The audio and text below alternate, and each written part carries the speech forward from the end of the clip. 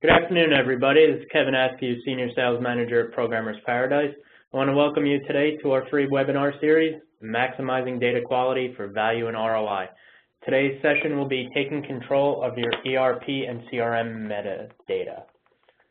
Today's agenda will be a brief introduction on Programmer's Paradise, followed by the Taking Control of Your ERP and CRM Metadata webinar hosted by Victor Rodriguez, Database Modeling Consultant at Programmer's Paradise, and after the webinar, a Q&A session.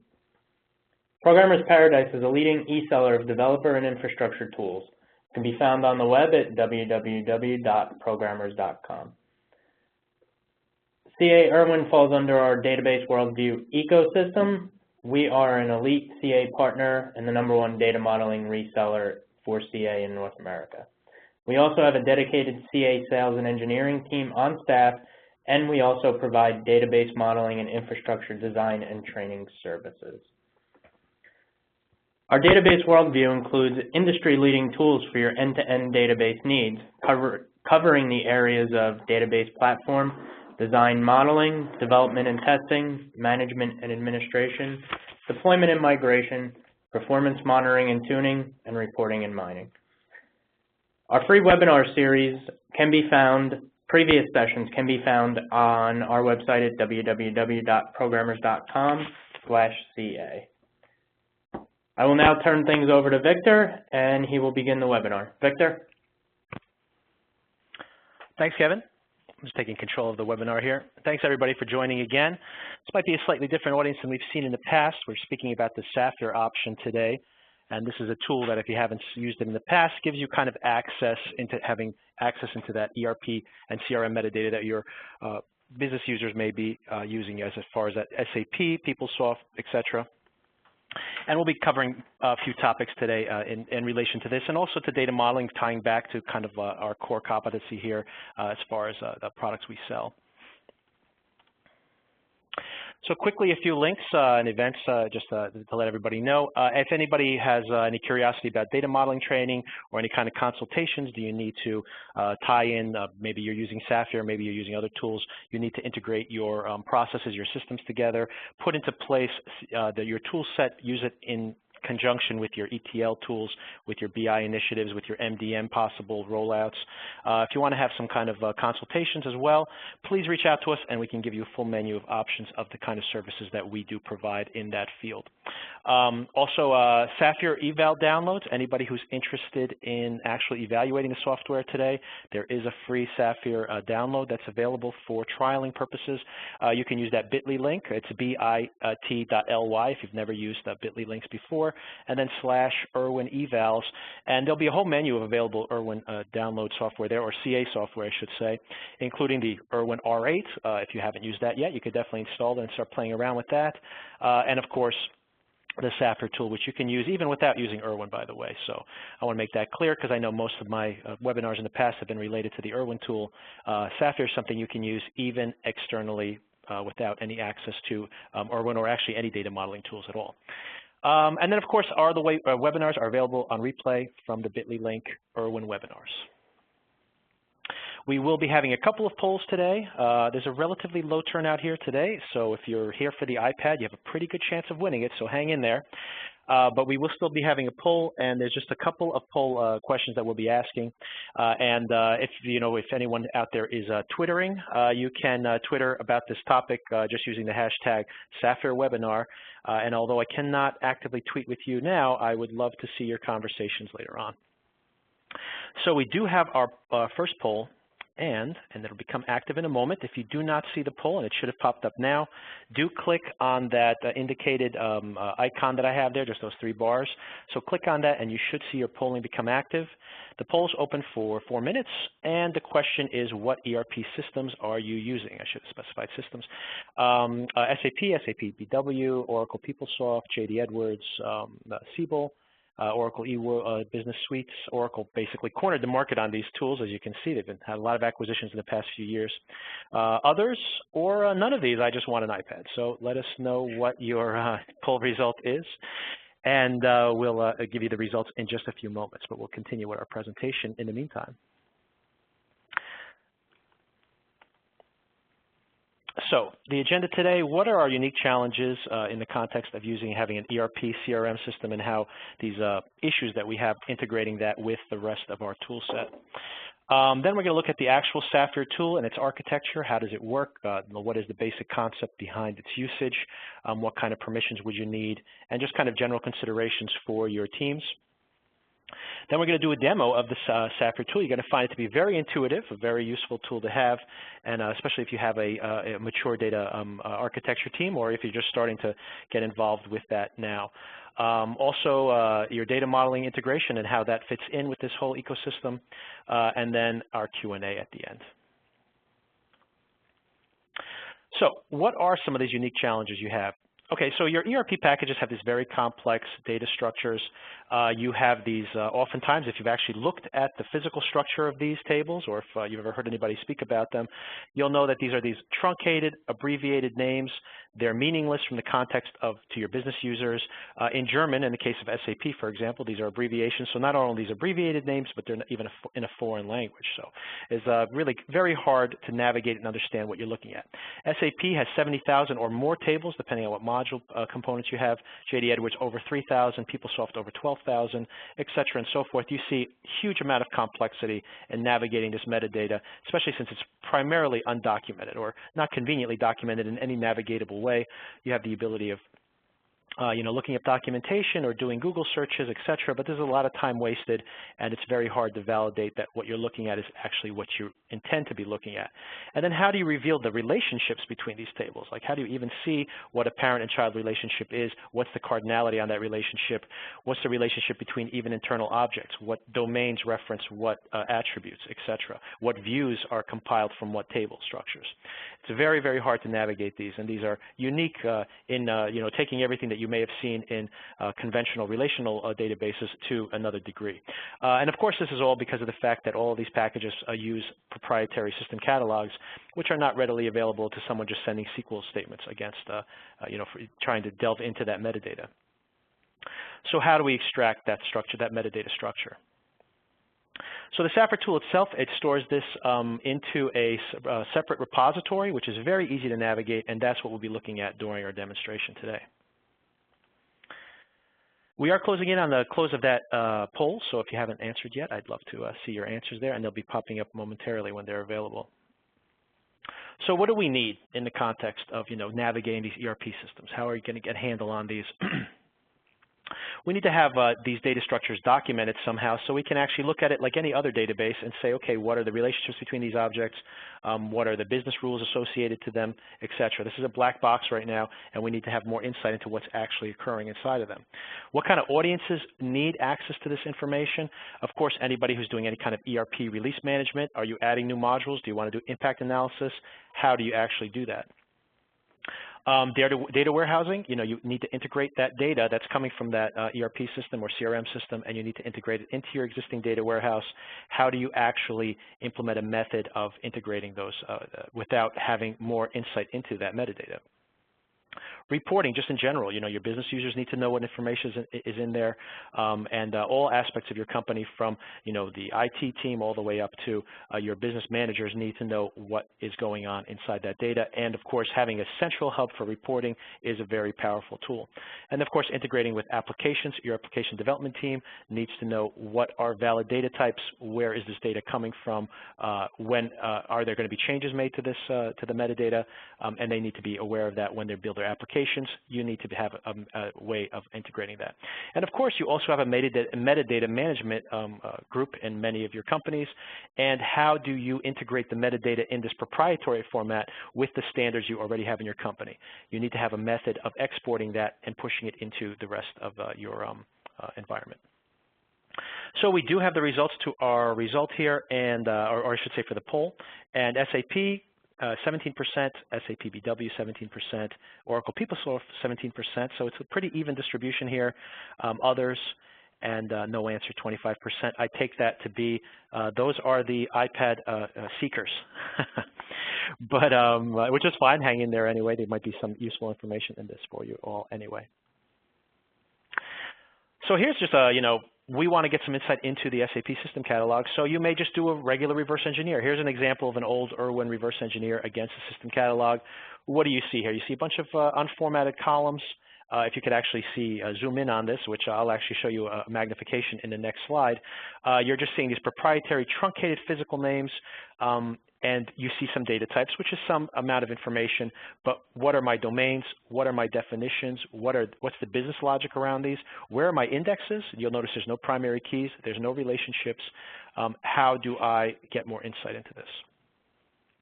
So here's a step in the right direction. I'm just showing you what those table names actually look like, but these are some SAP system tables, although this is valid for all of the examples of ERP systems. That what you're seeing here is you're starting to see, okay, here's my table names, here's my relationships, here's the cardinality, here's the the rules on that relationship, the nullability on those columns, on those values, and the column names, which one are my primary key members, etc. So it's a step in the right direction. We're starting to see some of the power that Saphir tool is going to give you. But still, what do these names mean? Saphir actually has a really nice feature that when you actually build a repository, you can build it with multiple languages. Although most of you, I'm sure, are thinking about this in the context of the English language, there are actually multiple mappings for your business rules so that you can actually end up with logical names in multiple languages. So we take this physical model and you see something like this. Here's an example of now a much cleaner representation of what that actually represents. So now we're seeing those logical definitions of those actual physical names. So now we're starting to see a useful, logical design, something that we can actually publish and gives us some usable information. So how does Saphir actually work? What's the architecture of Saphir before we actually demonstrate the tool? The method that the tool uses is that you have one extractor, and that one extracting license would actually require access to that ERP catalog. Now, only one user needs to have that initial access, and it can be temporary. Now, this is often the case. You have issues with security. So, of course, we don't necessarily want to have dozens of people having access to that ERP catalog. So it's very important to consider the way this architecture is set up, that the Saphir actually connects to that ERP catalog, or I should say the extractor connects to that ERP catalog, does an initial extraction, and then populates the secondary Saphir data dictionary, which can reside in any common database. And I'll actually show you exactly what systems are supported. But basically, any database you may happen to have in-house, it's a very small footprint. It's not going to take up gigs and gigs of space. It's just the metadata that we're looking at. So it can be conveniently housed anywhere in an office or in a central server where a lot of people can access it. Now, that extraction occurs one time, or it can occur multiple times. Perhaps you have a very active ERP catalog and you want to do some you want to see some kind of the impact, the changes that are being occurring on that system. You may want to do multiple extractions and then compare those designs one to the other to kind of do really significant impact analysis. So the question becomes, how often to do that. That's really something you decide on your team side, but the extraction can occur either one time or multiple times. Once the extraction occurs, we populate the secondary Saphir data dictionary itself on a local database, on any kind of a server you may have available. And then your browser users, which are these lower end, lower licensed users, would simply be able to then navigate this data dictionary with one of these generic licenses.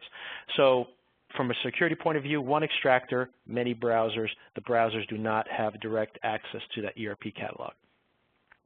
So now you have this browsing ability, and we'll show you the functionality of that. This browsing ability gives you a lot of different powerful tools that allow us to very conveniently navigate through our metadata using just simple business terms.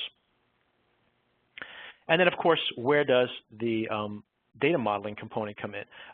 Saphir actually allows you to export those reports to relational diagrams. And of course, very powerfully, if you have a data modeling team in-house or anybody who has a significant amount of data modeling practicum, you can actually take those diagrams and then publish them in ERwin, publish them to even other data modeling tools that you may have in-house, and then actually use that to then present that information, search it, run reports on it, etc. So what systems do we support? Saphir allows you to run on Windows 98, 2000, NT, XP, Vista, and even Windows 7, so almost every system you may encounter. The Saphir database itself, so if you need to, we need to actually install the secondary repository, and where can you host it on? So Oracle, DB2, SQL Server, Sybase, and SQL Anywhere if it's a non-Unicode character set. So basically, you're going to be able to encounter any one of these common databases to store that repository itself. So what ERP database platforms are supported as far as, where can those ERP systems reside? Oracle, DB2, Informix, SQL Server, and actually just about any other environment you may happen to have as well via an ODBC connection. So any method combination you have can actually be configured to work properly. And what ERP systems themselves can you actually run these extractions against? So the supported types are SAP anywhere from 3.1 all the way up to MySAP, BW 2.0 and above, JD Edwards Enterprise 1, or Oracle JD Edwards now, or Oracle Enterprise 1. I forget the actual naming now after the acquisition. XE and above, PeopleSoft versions 8.0 and above, and Siebel 6.5 and above, and Oracle 11 onwards. So you have basically all the most recent versions of those ERP systems you may happen to have in-house. So let's take a look at a demonstration of the Saphir tool itself.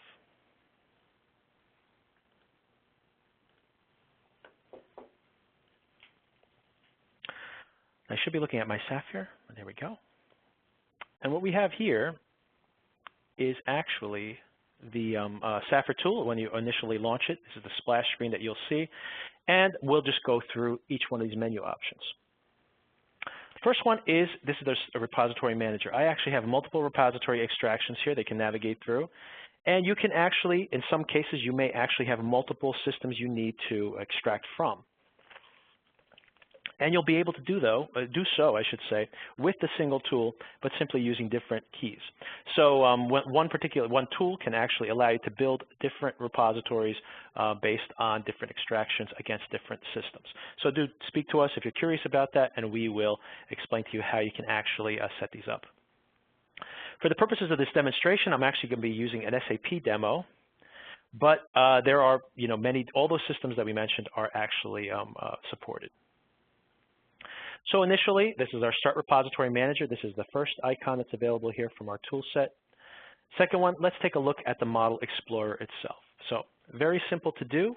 You actually can search on explicit table names, but more powerfully, you can actually do searches just based on wildcards using simple business terms. So I can actually put in customer here, for example, and if I do a search, I can actually see all of my modules that are specifically related to customer.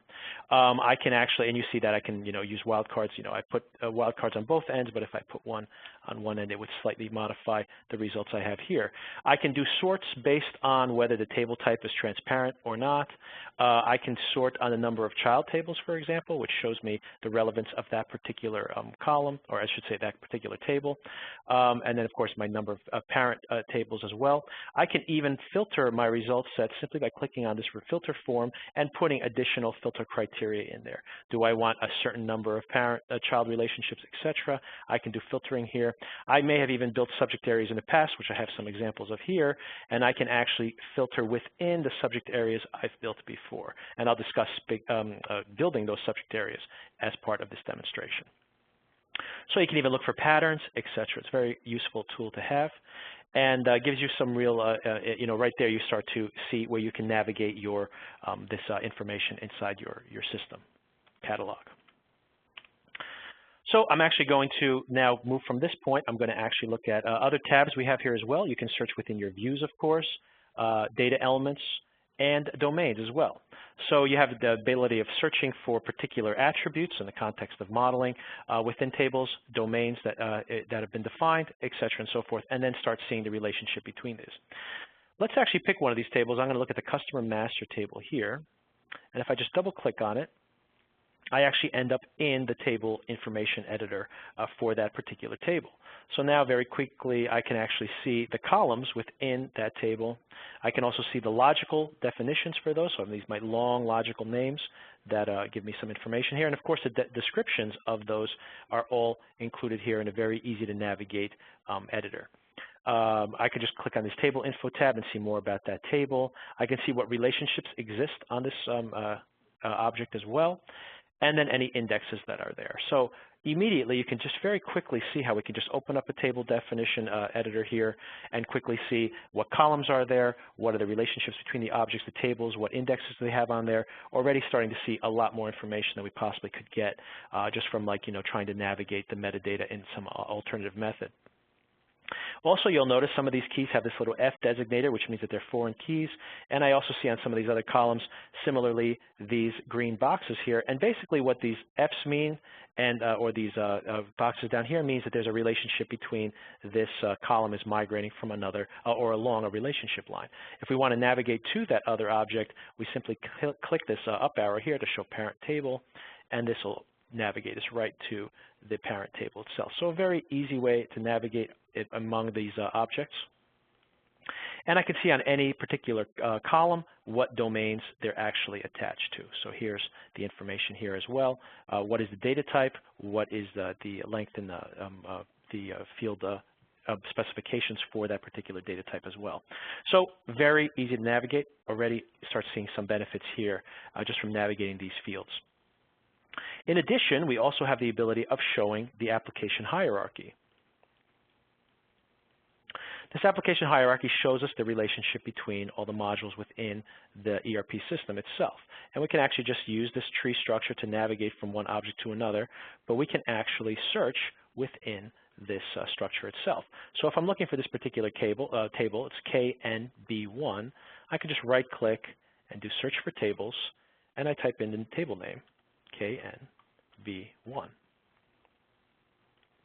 If I do a find now, I see it listed that it exists in just this one particular module, or actually in a few of them, which is in this FI specification here, the financial accounting section of the design. And if I just double click on it from this list here, I actually jump right to it inside of my design here. So conveniently, I can actually navigate within it. I can just search by just doing, I can search for tables, for views. I can search for particular nodes if I'm looking for. I can show table information, table relationships, etc. So a very convenient way of navigating around through this editor itself.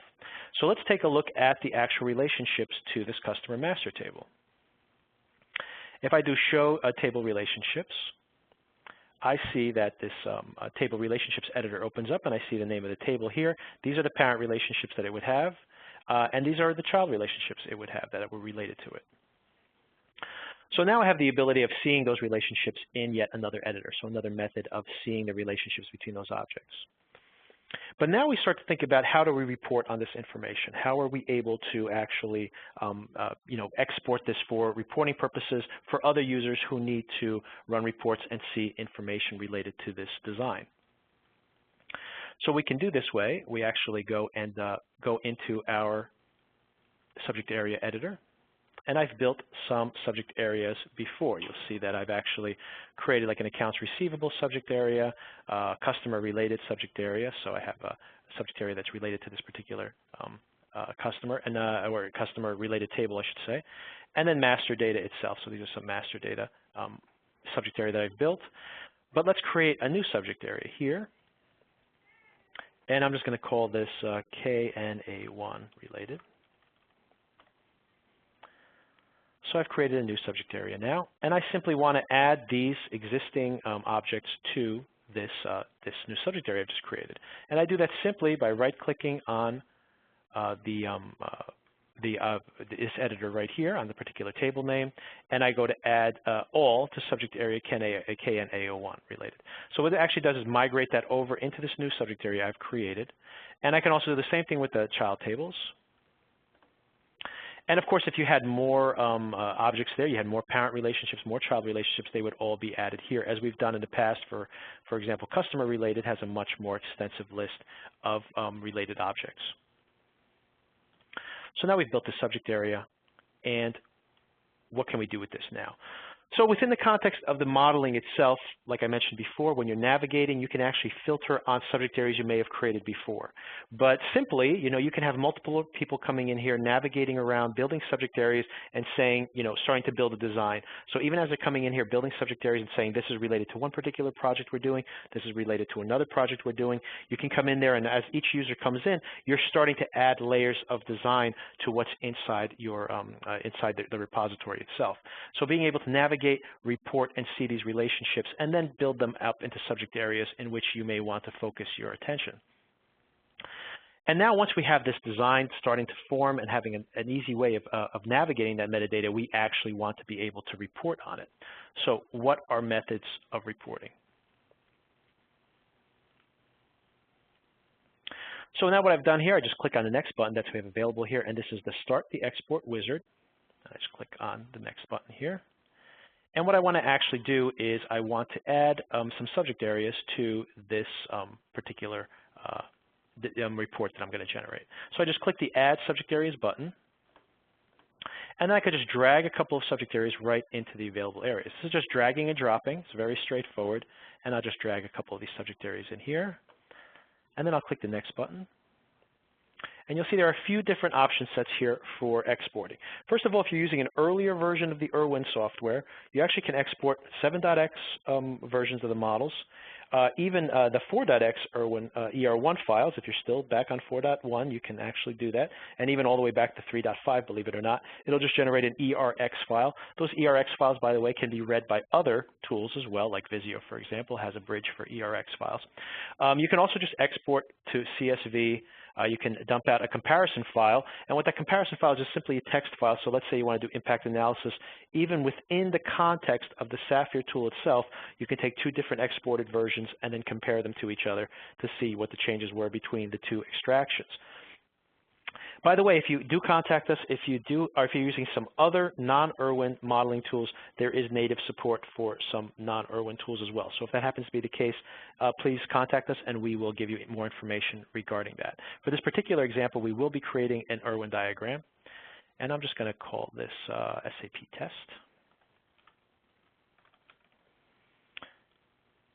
And you can actually even specify the level of inheritance within the relationships if you want to include. So possibly you want to include only one level of ancestry and descendancy without continuing to include all the objects within the design. You actually can put specifications in here, and you can even specify how many total entities do you want in your diagram. So now the export begins. It'll run relatively quickly, I believe. It's not too large a design, hopefully not. I think I only actually, I included it's only 48 entities, so hopefully it won't run for too long. And in the meantime, I'm going to jump back to my presentation. And I think that actually the export actually finished, but let me jump back to the presentation momentarily.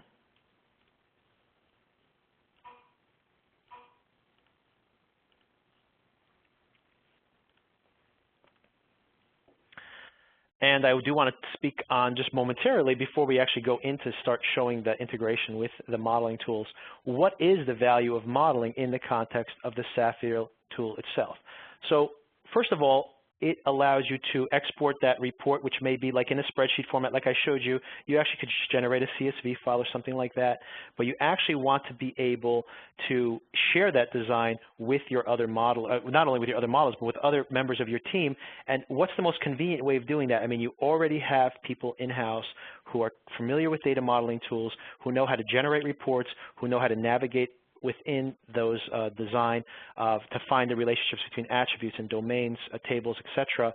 And you already have people in-house who know how to do that, who already have practical experience actually designing these reports. So why not generate your report as a data model and put it in the hands of people who already know how to build these reports for you?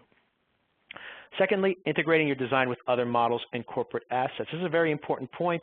ERwin and other tools as well, but ERwin specifically has very powerful design layering tools which allow you to actually link models to each other, build relationships between particular columns of one model and in another.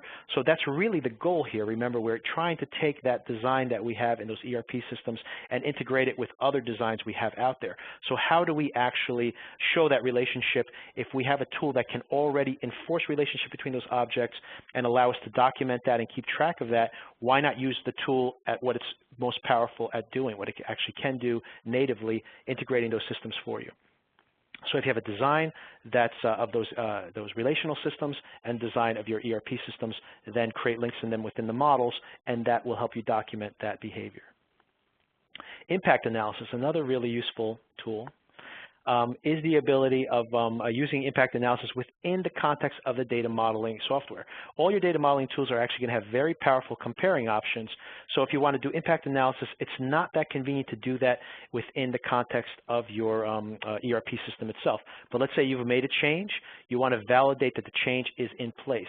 You can export that to a diagram, see that this domain is now correctly attached to the attributes, for example, see that the changes that you intended to make are accurately reflected in the design, and compare it to other versions of the model that were extracted previously, do the comparison, generate reports on that comparison, which is also something that's natively done within the modeling tools, and to give you more insight there. So there's a real power there in not only reporting from the point of view of modeling, but also using the reporting tools, or I should say the modeling tools, at what they're good at creating a lineage between your models and creating integration between those models, and of course comparing for the purposes of impact analysis and also for just validation purposes as well. So let's take a look at our model inside of ERwin. That's a little preview there. I wanted to show you, these are all previews.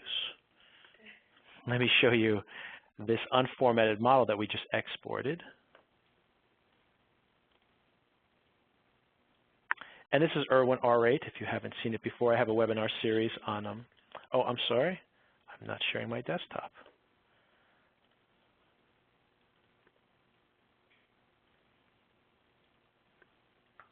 Okay, great. And this is Saphir. The export finished, by the way, so I can actually close out of that. I'm going to minimize this and go into ERwin R8. If you have not seen ERwin R8 before, I actually have a series on the ERwin R8 features, the new feature set. But of course, you can use this even with earlier versions of ERwin as well. This happens to be the most recent version that I currently have in place. And let's take a look at that new model that I just saved offline. This is SAP test model. I'm going to accept all the defaults for now.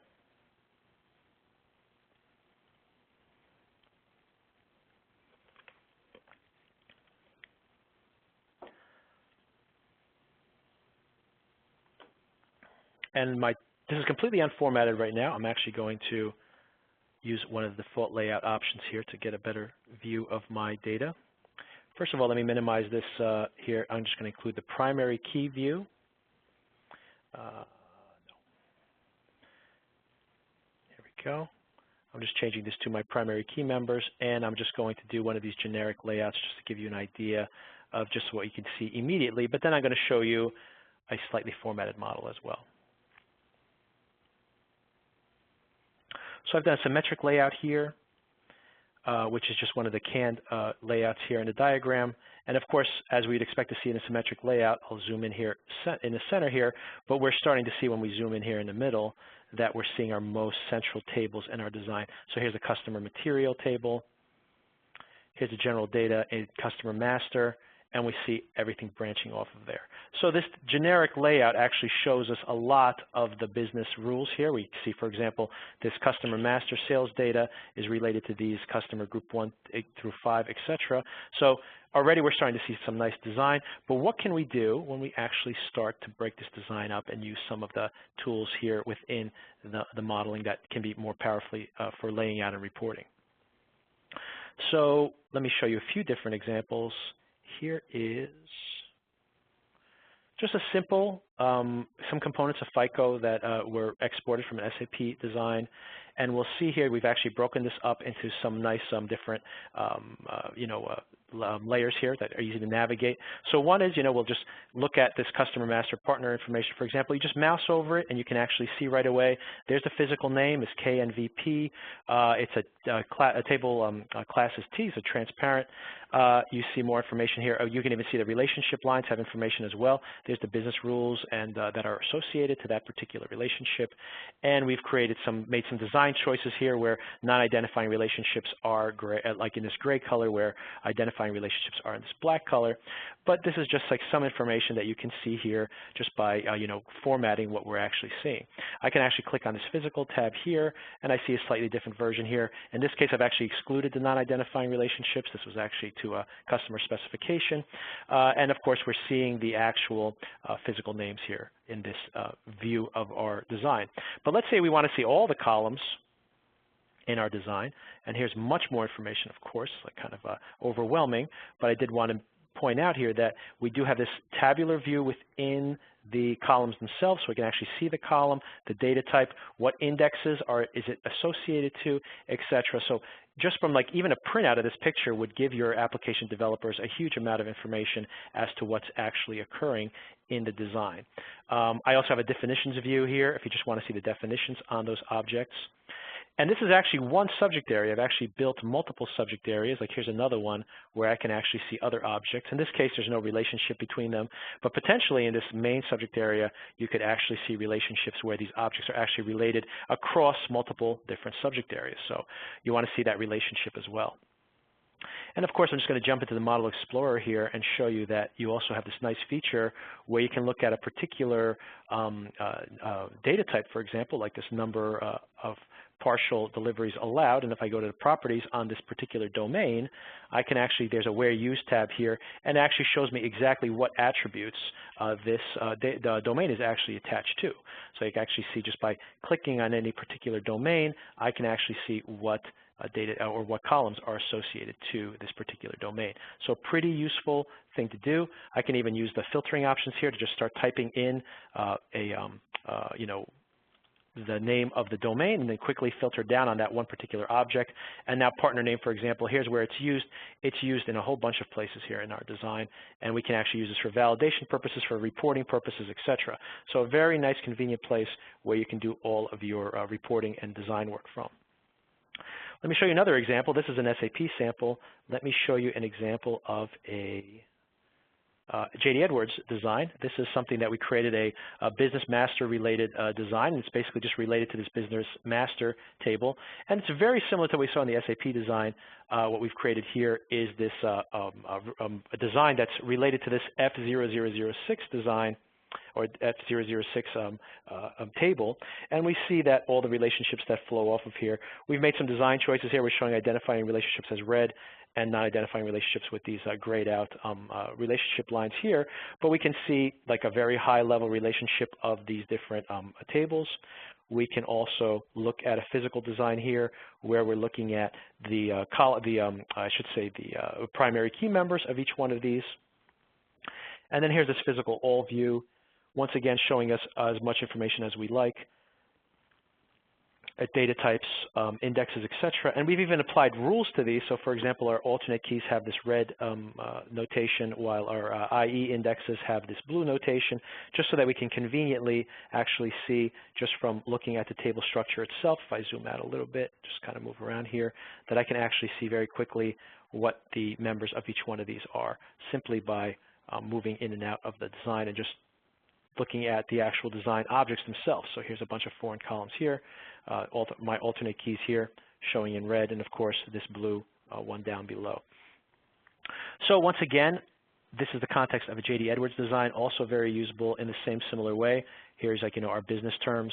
Here is the physical names, data types, etc., all that information we're looking for. And similarly, as I mentioned before, being able to pick out a particular domain, go to its properties, and not only see the specifications on it, but see where is this used. So what tables, what columns is this particular domain being used in, and what data type is it, etc. One last example for you before we start taking questions. And the last example I have here is, oh, I showed you that one already. Let's look for the last one here. Here we go. This is an SAP BW design, and we'll see, for example, we've built up different subject areas around our design here. And we even have created like a logical view. Here's our logical names on each one of our attributes and tables, etc. We've built them around different activity types, OCCA underscore CO2, for example. And then we have this collapsed dimensions view where this is just, once again, just another type of a presentation that we have. And we can resize these, of course, if you want these smaller. That's something that's very easy to do within the tool itself. And of course, we've built them around each one of these. So we can click on any one of these and actually see another dimensional design here and see the collapsed dimensions, of course, as well. And if we go into our main design, we actually can see, and that's going to take a minute to display it because it's got a lot of objects in it, but we can actually see the shared objects there as well. So rather than taking the time of actually showing you that main design, which is going to be very cluttered anyway, I'll just show you the broken up design here. But the nice thing about having that main design always behind the scenes is being able to go into one central location and see those global relationships across the board. So one more option there, the BW design that we're seeing here in this, within the context of this model as well. And then, of course, reporting features like you normally would expect to see. You can publish this to PDF, to HTML, or to as a Word document with embedded pictures, to publish that to your external to any kind of stakeholders that don't have access to either ERwin or the Saphir tool. So another benefit of using that as well.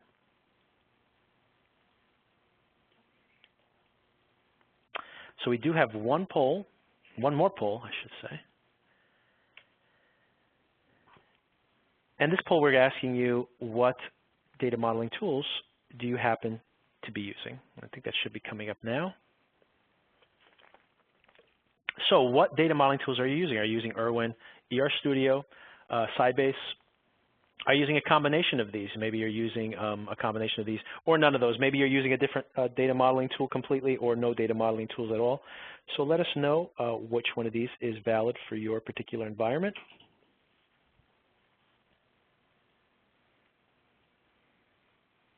And while we wait on that, I will try to go to the next slide. Oh, there we go. I just want to touch on some resources that you might find helpful. ERwin.com, very useful for finding user forums and tips and tricks. There's white papers that are published there.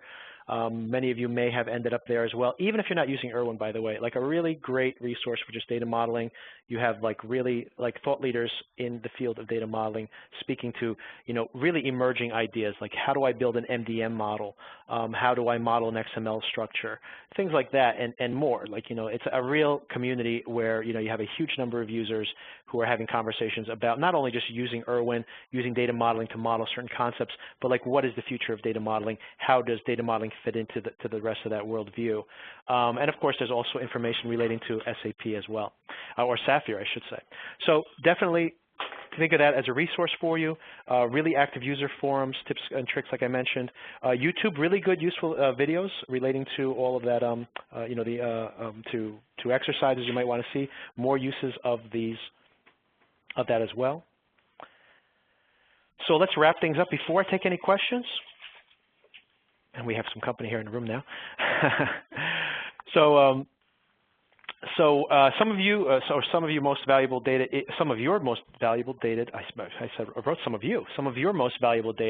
is in your ERP and CRM systems. How do you actually actively navigate that, search it, publish it to the rest of your team members? How do you really use that as the asset that it truly is? How do you publish and use that to advertise and promote how powerful and useful that information is across your entire industry? You need tools to be able to access it, navigate it, make it convenient for people to go and delve into it and find what they need within it. Traditional or reverse engineering, using any kind of these canned tools that you may have, whether it's ERwin or any other data modeling tools or anything else off the shelf that you may have available, does not reveal that proprietary structure of that metadata. So how do you do that? The Saphir tool allows you to build that repository, allows you to secure it in an easy to navigate repository that gives you multiple users access to have that without giving them direct access to the SAP system information itself. And then, of course, exporting your reports as ER diagrams makes the information easy to present and explore, and it publishes it in a method where you have a practice around design and as it is already. Or I should say where around teams members that already have practice in exporting those diagrams. So if anyone likes to contact me, I have more information on Saphir. If you need pricing or anything else, just email me, ca.erwin@programmers.com. If you'd like to reach out to me just relating to data modeling or any other questions as well, I'm on LinkedIn. We have a group there with about 600 members. It's a pretty active group. And you could just do a search on LinkedIn for maximum data space modeling, maximum data modeling, or just do a Google search and you'll find all these links. I'm on Twitter at Max Data Modeling, and maximumdatamodeling.blogspot.com is my blog. Once again, if you just Google search maximum data modeling, you should find all these links right at the top of the page. So I hope to hear from all of you, and I do open it up to questions. And we do have a question. What is the cost for the viewer for the Saphir repository? Do any of these licenses come with the base product? There is, so the question was, do we have, what is the price for an actual viewer, and do you have any licenses that come with the base product? And the answer is, I will have someone contact you with the pricing. It's about, I think it's even lower. I mean, if anyone's familiar with an ERwin license, it's about the price of ERwin. It might even be cheaper than ERwin. And yes, if you have an extractor, you automatically get one browser along with the extractor as well. So it's not too, if you have one extraction tool, you already get the browser with it. And then, of course, the browser, you can buy multiple browsers beyond that, which are a much, much lower price point than the extractor and browser combination. So I do think that that might be the last of our questions. But if there are any other questions, please let me know. We do have, do we have the results of our poll? We do have the results of our poll. And let me just tell you that the results of the poll are that 36% of you are using ERwin, 7% of you are using a combination, and we have some that are using none of these at all, and then some of you did not answer. So we are, oh, we do have another question, I'm sorry. Does Saphir provide reference model for each SAP model? No, there is not a reference model for those, but they can be generated if anybody needs that. There are, we can provide services along those lines ourselves, and there are also syndicated models that you can purchase that have the design in it. So once again, please do contact us, and we can speak to you about that in more detail. Like I said, there are, we can point you in the direction of models that can be purchased, or we can speak to you about getting a consultant that can provide you those designs for you. And I think that is the last of our questions. So we do have the iPad giveaway. So I'm sure you've all hung in there, and we'll have an announcement. Kevin's going to be doing the announcement right now for you all.